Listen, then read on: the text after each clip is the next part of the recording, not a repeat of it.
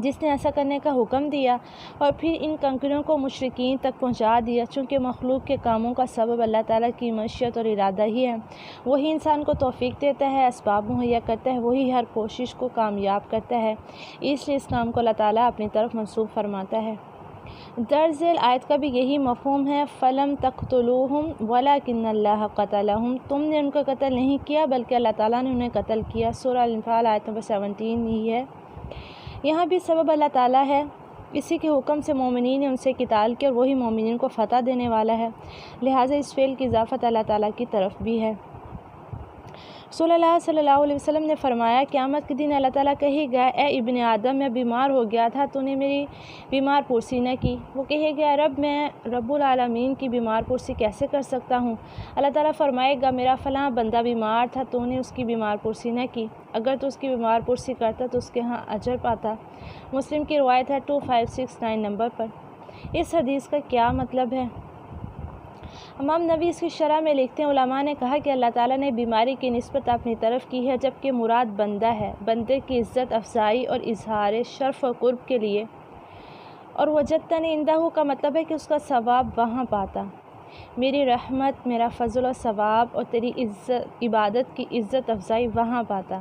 اگر اس حدیث کے وہ معنی لیے جائیں جو صوفیہ لیتے ہیں، وہ نیک بندہ اللہ ہی ہے، تو سوچئے کہ اللہ بیمار ہو سکتا ہے، بھوکا پیاسا بھی ہے؟ یقیناً نہیں، وہ تو بے مثل ہے، اس سب نقائص اور حاجات ہیں، جبکہ اللہ تعالیٰ بے مثل سب نقائص و حاجات سے پاک ہے۔ اس حدیث میں بیان یہ ہوا ہے کہ کسی بیمار کی عیادت، کسی کو کھلانا اور پلانا ایسا محبوب عمل ہے جس کی جزا یقینی ہے۔ بندہ کا یہ کہنا ہے کہ کیفا اعوذ کا، میں تیری بیمار پرسی کرتا، دلیل ہے انسانی فطرت کا یہ تقاضا ہے کہ اللہ تعالیٰ ان سب چیزوں سے بے نیاز ہے۔ کیا اللہ کے سوا کوئی مختار کل ہے، یعنی لوگوں کی مشکلات حل کرنے پر قادر ہے؟ اللہ تعالیٰ فرماتا ہے، قُلْ فَمَن يَمْلِكُ مِنَ اللَّهِ شَيْئًا إِنْ أَرَادَ أَن يُهْلِكَ الْمَسِيحَ ابْنَ مَرْيَمَ وَأُمَّهُ وَمَن فِي الْأَرْضِ جَمِيعًا، اے رسول آپ کہہ دیجئے کہ اگر اللہ مسیح ابن مریم، ان کی والدہ اور روئے زمین کے تمام لوگوں کو ہلاک کرنا چاہے تو کون ہے جسے اللہ کے مقابلے میں ذرا سا بھی اختیار ہو؟ سورہ مائدہ کی آیت نمبر 17 ہے۔ جن کو لوگ مشکل کشا سمجھتے ہیں ان کے بارے میں فرمایا، وَالَّذِينَ تَدْعُونَ مِن دُونِهِ مَا يَمْلِكُونَ مِن قِطْمِيرٍ، اور جن لوگوں کو تم اس کے سوا پکارتے ہو وہ کھجور کی گٹلی کے چھلکے کے برابر بھی تو کسی چیز کے مالک نہیں۔ سورہ الفاتر کی آیت نمبر 13۔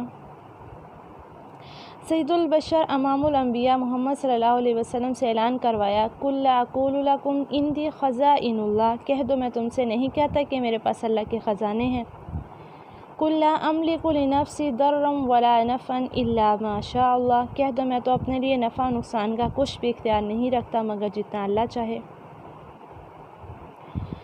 وَإِن يَمْسَسْكَ اللَّهُ بِضُرٍّ فَلَا كَاشِفَ لَهُ إِلَّا هُوَ، اور اگر اللہ تعالیٰ تجھے کوئی تکلیف پہنچانا چاہے تو اس کے سوا کوئی اس تکلیف کو دور کرنے والا نہیں۔ کیا رسول اللہ صلی اللہ علیہ وسلم کی تخلیق سب سے پہلے ہوئی اور آپ کائنات میں ہونے والے تمام واقعات دیکھ رہے تھے، اور ما کان وما یکون، جو ہو گیا جو نہ ہونا تھا آپ علم رکھتے تھے؟ رسول اللہ صلی اللہ علیہ وسلم تمام انبیاء کے آخر میں 571 ہجری میں آمنہ کے گھر مکہ میں پیدا ہوئے۔ ایسا کوئی فرمان رسول اللہ سے نہیں کہ اللہ نے سب سے پہلے مجھے پیدا کیا، اور ایسی روایات بلا سند من گڑت ہیں، ان روایات کو فرمان رسول کہنا سخت گناہ ہے۔ سورہ یوسف آیت نمبر 102 میں ہے، ذَلِكَ مِنْ أَنْبَاءِ الْغَيْبِ نُوحِيهِ إِلَيْكَ وَمَا كُنْتَ لَدَيْهِمْ إِذْ أَجْمَعُوا أَمْرَهُمْ وَهُمْ يَمْكُرُونَ، یہ غیب کی باتیں ہیں جو ہم آپ پر وحی کر رہے ہیں۔ جب برادران یوسف نے اپنی بات پر اتفاق کیا تھا اور وہ فریب کر رہے تھے تو تم ان کے پاس نہ تھے۔ اور یہ بھی فرمایا، سورہ القصص آیت نمبر 44، وَمَا كُنْتَ بِجَانِبِ الْغَرْبِيِّ إِذْ قَضَيْنَا إِلَىٰ مُوسَىٰ الْأَمْرَ وَمَا كُنْتَ مِنَ الشَّاهِدِينَ، اور جب ہم نے موسیٰ علیہ السلام کو حکم بھیجا تو تم طور کے مغرب میں نہیں تھے اور نہ ہی اس واقعے کے دیکھنے والوں میں سے تھے۔ اللہ تعالیٰ فرماتا ہے، وَرُسُلًا لَّمْ نَقْصُصْهُمْ عَلَيْكَ، اور بہت سے رسول ہیں جن کے حالات ہم نے آپ سے بیان کیے ہیں۔ وَأَنَا أَوَّلُ الْمُسْلِمِينَ، اور میں اللہ تعالیٰ نے رسول اللہ سے اعلان کروایا تھا اور میں اول مسلم ہوں۔ سورہ الانعام آیت نمبر 163۔ اگر سب سے پہلے پیدا نہیں ہوئے تو اول مسلم کیسے ہو سکتے ہیں؟ جب موسیٰ علیہ السلام نے اللہ کی تجلی دیکھی اور بے ہوش ہو گئے تو ہوش میں آنے کے بعد کہنے لگے سبحانک تبت الیک وانا اول المؤمنین، تیری ذات پاک ہے، میں تیرے حضور توبہ کرتا ہوں، میں اول مومن ہوں۔ جادوگر جب موسیٰ سے مقابلہ کرنے میں ناکام ہوئے اور اللہ پر ایمان لے آئے تو کہنے لگے ان کننا اول المؤمنین، ہم اول مومن ہیں۔ معلوم ہوا اول مسلم یہ مراد لینا کہ ان سے پہلے مسلمان موجود نہ تھے قرآنی منشا کے مطابق نہیں۔ حدیث قدسی کہ اللہ تعالیٰ فرماتے ہیں لولاک لما خلقت الافلاک، اے محمد اگر تجھے پیدا نہ کرتا تو کائنات پیدا نہ کرتا، کہ اس حدیث کی بنا پر آپ کو سب سے پہلے نہیں ہونا چاہیے۔ یہ روایت من گڑت ہے، امام الصنعانی نے اسے موضوع قرار دیا ہے۔ ایسی بلا سند روایت کو ماننا جائز نہیں، جبکہ قرآن حکیم میں بھی اس نظریے کی تردید ہے۔ اللہ تعالیٰ فرماتا ہے وما خلقت الجن والانس الا لیعبدون، میں نے جنوں اور انسانوں کو صرف اپنی عبادت کے لیے پیدا کیا۔ سورہ ذاریات آیت نمبر 56۔ معلوم ہوا کہ تخلیق کائنات کا سبب رسول اللہ کی ذات نہیں ہے، بلکہ رسول اللہ کی پیدائش کا مقصد بھی اللہ تعالیٰ کی عبادت ہی ہے۔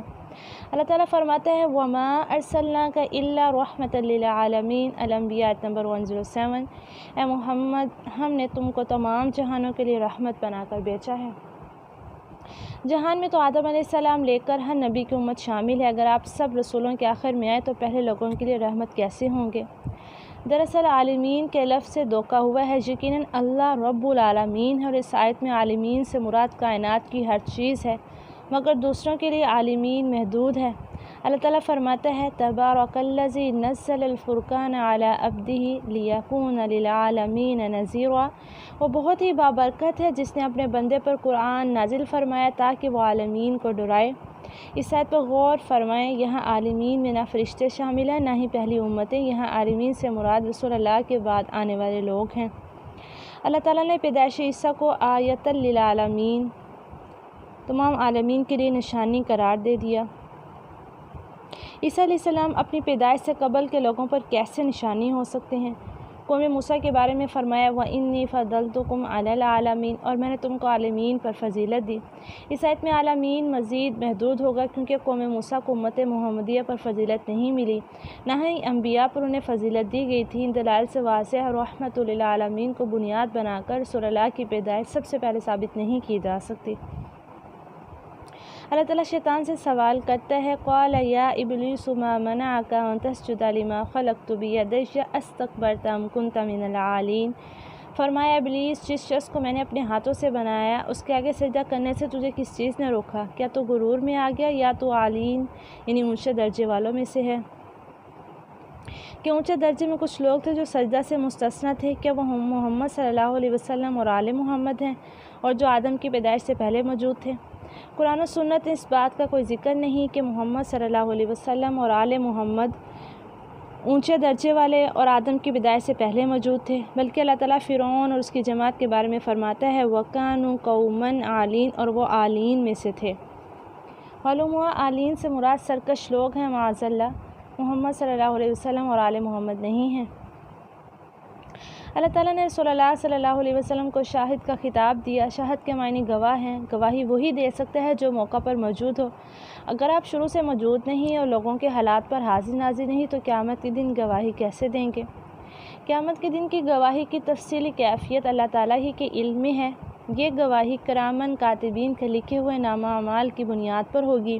انسانی اعضابی گواہی دیں گے۔ جہاں تک رسول اللہ کے شاہد ہونے کا تعلق ہے تو اس شاہد کا تعلق اس دنیا سے ہے۔ وَكَذَلِكَ جَعَلْنَاكُمْ أُمَّةً وَسَطًا لِتَكُونُوا شُهَدَاءَ عَلَى النَّاسِ وَيَكُونَ الرَّسُولُ عَلَيْكُمْ شَهِيدًا، اور اس طرح ہم نے تمہیں امت وسط بنایا تاکہ تم لوگوں پر گواہ بنو اور رسول تم پر گواہ بنے۔ رسول اللہ صلی اللہ علیہ وسلم نے اپنی زندگی میں حق کی گواہی دی۔ اس حق کی گواہی کے نتیجہ میں صحابہ نے اسلام قبول کیا، پھر صحابہ نے حق کی یہ گواہی اگلے لوگوں تک پہنچائی۔ شہادت حق کا یہ فریضہ ہر زمانہ میں امت مسلمہ پر فرض ہے۔ آپ شاہد تھے، یعنی اپنی زندگی میں حق کی گواہی دیتے تھے اور نذیر تھے، لوگوں کو آخرت کے عذاب سے ڈراتے تھے۔ اب یہی شہادت حق کا فریضہ امت مسلمہ کے ذمے ہے۔ ہم سابقہ انبیاء کی قوموں کے خلاف بھی گواہی دیں گے، اور جب ہم پچھلی قوموں پر حاضر ناظر نہیں تو پھر گواہی کیسی ہوگی؟ یہ اللہ ہی کے دیے ہوئے علم کی بنیاد پر ہوگی۔ معلوم ہوا کہ شہد کے لفظ کو بنیاد بنا کر جو عقیدہ تراشا گیا وہ بے بنیاد ہے۔ اللہ تعالیٰ فرماتا ہے الم تروا کیف فعل ربک باصحاب الفیل، کیا تو نے نہیں دیکھا کہ اللہ تعالیٰ نے ہاتھی والوں کے ساتھ کیا سلوک کیا؟ کیا رسول اللہ صلی اللہ علیہ وسلم پیدائش سے پہلے اس واقعے کو دیکھ رہے تھے؟ الم تارا، کیا تو نے نہیں دیکھا سے مراد صرف آنکھ سے دیکھنا نہیں ہے۔ اللہ تعالیٰ فرماتا ہے الم یروا کم اہلکنا من قبلہم من قرن، کیا انہوں نے نہیں دیکھا کہ ہم نے ان سے پہلے کتنی بستیاں ہلاک کیں؟ کیا مشرکین مکہ کے بارے میں یہ عقیدہ رکھا جائے کہ وہ اپنی پیدائش سے پہلے ہلاک ہونے والی بستیوں کو دیکھ رہے تھے؟ اولم یر الانسان انا خلقناہ من نطفہ، کیا انسان نے نہیں دیکھا کہ ہم نے اسے نطفہ سے پیدا کیا؟ کیا اس آیت میں دیکھنے سے مراد آنکھ کا مشاہدہ ہو سکتا ہے؟ یقیناً نہیں۔ الغرض الم تارا سے مراد صرف آنکھ سے مشاہدہ کرنا نہیں ہے، یہ عربی میں محاورہ ہے۔ اس کا مطلب یہ بھی ہے کہ کیا تو نے غور نہیں کیا؟ سبحانک اللہم و بحمدک، نشہد ان لا الہ الا انت، نستغفرک و نتوب الیک۔ السلام علیکم ورحمۃ اللہ وبرکاتہ۔